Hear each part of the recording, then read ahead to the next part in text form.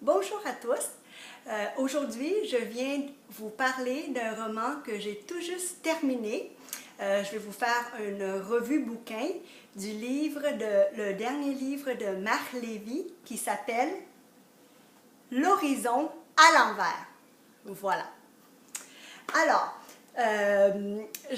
comme vous pouvez le voir, j'ai le livre en grand format. Pourquoi est-ce que je l'ai en grand format? Parce que, en général, quand c'est un auteur que j'aime beaucoup, je ne suis pas capable d'attendre à la sortie du petit format de poche. Quand je le vois en librairie, ben, je me précipite tout de suite dessus, puis je vais l'acheter tout de suite. Bon, alors je vais tout de suite vous dire que j'ai vraiment beaucoup aimé ce livre. Et maintenant, je vais vous dire pourquoi. Bon, tout d'abord, juste un petit survol sur la biographie de Marc Lévy. Il n'a peut-être plus besoin de présentation, mais je vais quand même souligner le fait qu'il soit un des auteurs français le plus lu sur la planète. Je crois qu'il a vendu au-delà de 35 millions de livres. J'ai pas tous ses livres, par contre, j'ai quand même la majorité de ses livres. Les derniers, évidemment, sont en gros format. Je les ai presque tous lus. Parfois, j'ai aimé, parfois, j'ai moins aimé, mais celui-là, son dernier, j'ai vraiment beaucoup aimé. C'est un livre de taille moyenne. Il a à peu près, je crois, 400 pages. C'est quand même écrit gros, comme la majorité des livres de Marc Lévy. Alors, ça s'est lu vraiment très rapidement. Je l'ai acheté il y a à peu près 2-3 semaines et je l'ai lu en à peu près quelques jours. Je l'ai quasiment dévoré. Ça m'a bien plu. L'histoire m'a vraiment bien plu.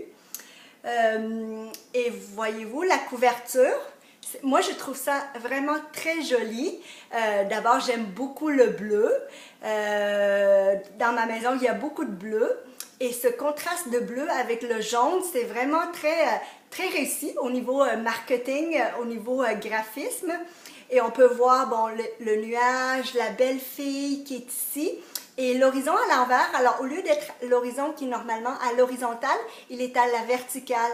Alors, quand je regarde la page couverture, je sens qu'il va y avoir vraiment un revirement de situation, quelque chose qui va faire que la vie va changer et que ça ne suivra pas le cours de la vie qu'on aurait prévu. Alors, c'est ça un peu. Je vais vous raconter un petit peu le résumé de l'histoire. C'est l'histoire de 3 personnages principaux, Hope, une fille, et 2 garçons, Josh et Luke. Alors, ce sont 3 universitaires qui étudient en neurosciences.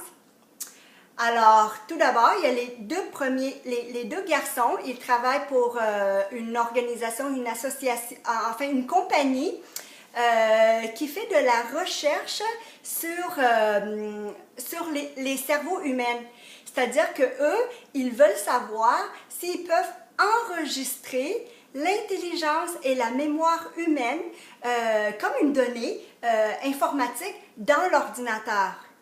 Et ensemble, la fille se sont joints à eux pour le projet. C'est un projet un peu clandestin parce qu'ils travaillent à l'université, puis ils travaillent surtout de soir et il faut pas que personne soit au courant. C'est pas mal top secret leur affaire.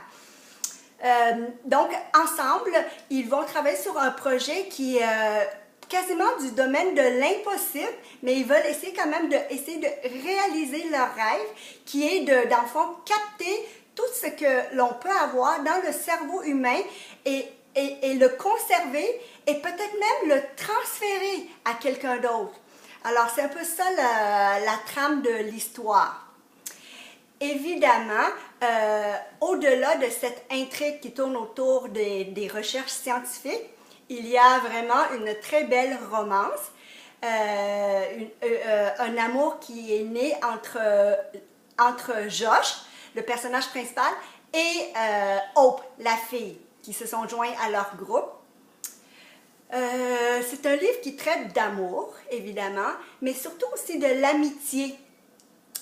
Parce que c'est un trio universitaire qui sont indissociables, ils sont inséparables, ils sont toujours ensemble.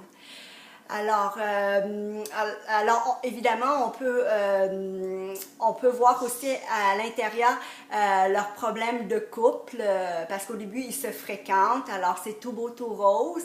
Ensuite de ça, ils emménagent ensemble, alors ils ont eu des petits problèmes, des petits chicanes de couple, des doutes, des questionnements.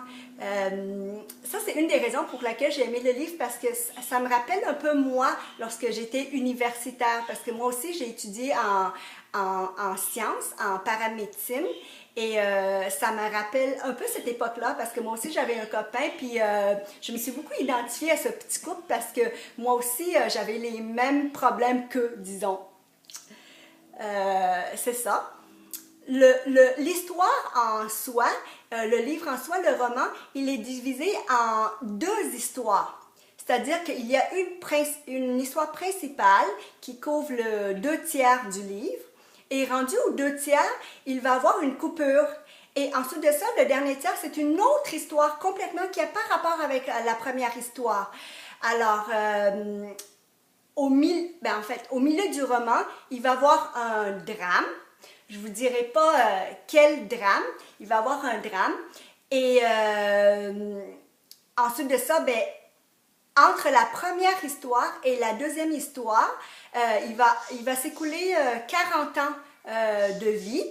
Et dans la deuxième histoire, il va y avoir une nouvelle personnage qui va apparaître, qui s'appelle Mélie Barnett, et qui est une pianiste virtuose.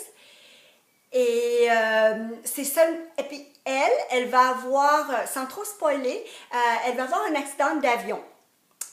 Alors, elle va être dans le coma, et à la fin, on va savoir pourquoi ces deux histoires-là vont se rejoindre. En fait, en gros, sans trop révéler, c'est que ils ont fait beaucoup de recherches scientifiques dans la première histoire, et la deuxième histoire, dans le fond, ce sera un peu le produit, le résultat de leur recherche scientifique. Qu'est-ce qu'ils peuvent faire avec qu'est-ce qu'ils ont trouvé. Alors, c'est à peu près ça, le petit résumé de l'histoire. Moi, j'ai beaucoup aimé parce que, évidemment, la plume de Marc Lévy, c'est vraiment une plume qui se lit très, très bien. C'est une bonne cadence. Il mélange toujours l'amour, le drame, la science-fiction, les intrigues. Les personnages sont attachants. Les dialogues sont un peu punchés. Et moi, je me suis beaucoup identifiée aux personnages, parce que c'est comme si je pouvais vivre un peu leur vie. Marc Lévy a cette force-là de nous rapprocher beaucoup des personnages. C'est comme si ces personnages-là existaient pour de vrai. Et à la fin, j'ai beaucoup aimé la fin. Je m'y attendais pas vraiment. Je savais qu'il va avoir une fin peut-être un peu hors du temps, parce que c'est une histoire qui est mélangée un petit peu avec la science-fiction. Puis finalement, c'est ça. C'est une histoire d'amour qui est vraiment du domaine un peu de l'impossible, qui est hors du temps, avec un dénouement quasiment improbable, mais quand même sensationnel. Voilà, c'est ma façon à moi de résumer un petit peu cette histoire. Pour terminer, je mettrai une note de 18/20. C'est un de mes Marc Lévy préférés. C'est pas vraiment un coup de cœur, mais c'est un livre qui m'a permis de passer un excellent moment. C'est évidemment toujours des page-turners. Alors, c'est un livre que je vous recommande chaudement. Et l'autre chose que j'ai aimé de ce livre, c'est que lorsque je l'ai terminé, lorsque j'ai terminé ce livre, j'ai fermé la dernière page. Beaucoup de questions m'est restées dans la tête au niveau de la science, au niveau de notre futur. Évidemment, ça n'existe pas encore ce que décrit Marc Lévy à l'intérieur, mais j'ai vu beaucoup de reportages de Marc Lévy et apparemment pour écrire ce livre, il a fait énormément de recherches et les scientifiques disent que dans le fond, c'est quand même des choses qui sont plausibles dans un futur proche. Alors, c'est sûr que comment dire, on voit où est-ce que la science peut nous amener. La science peut faire des miracles. C'est grandiose comme changement. Ça peut vraiment affecter notre façon de vivre dans le futur. Mais en même temps, il y a un côté, en tout cas pour moi, un peu épeurant. Parce que oui, on peut faire beaucoup de choses avec la science, mais est-ce qu'on devrait vraiment faire ça? Parce que dans le fond, c'est un peu comme, c'est le clonage pour moi. Parce que là, on essaye d'enregistrer tout ce que l'on a dans le cerveau, de le conserver, et ensuite de ça, de transférer sur quelqu'un d'autre ou faire des clones carrément. Alors, c'est tout ça qui est abordé dans ce livre. Voilà. J'ai terminé pour ma chronique. J'espère qu'elle vous aura plu et je vous remercie de m'avoir écouté et à la prochaine. Bye bye!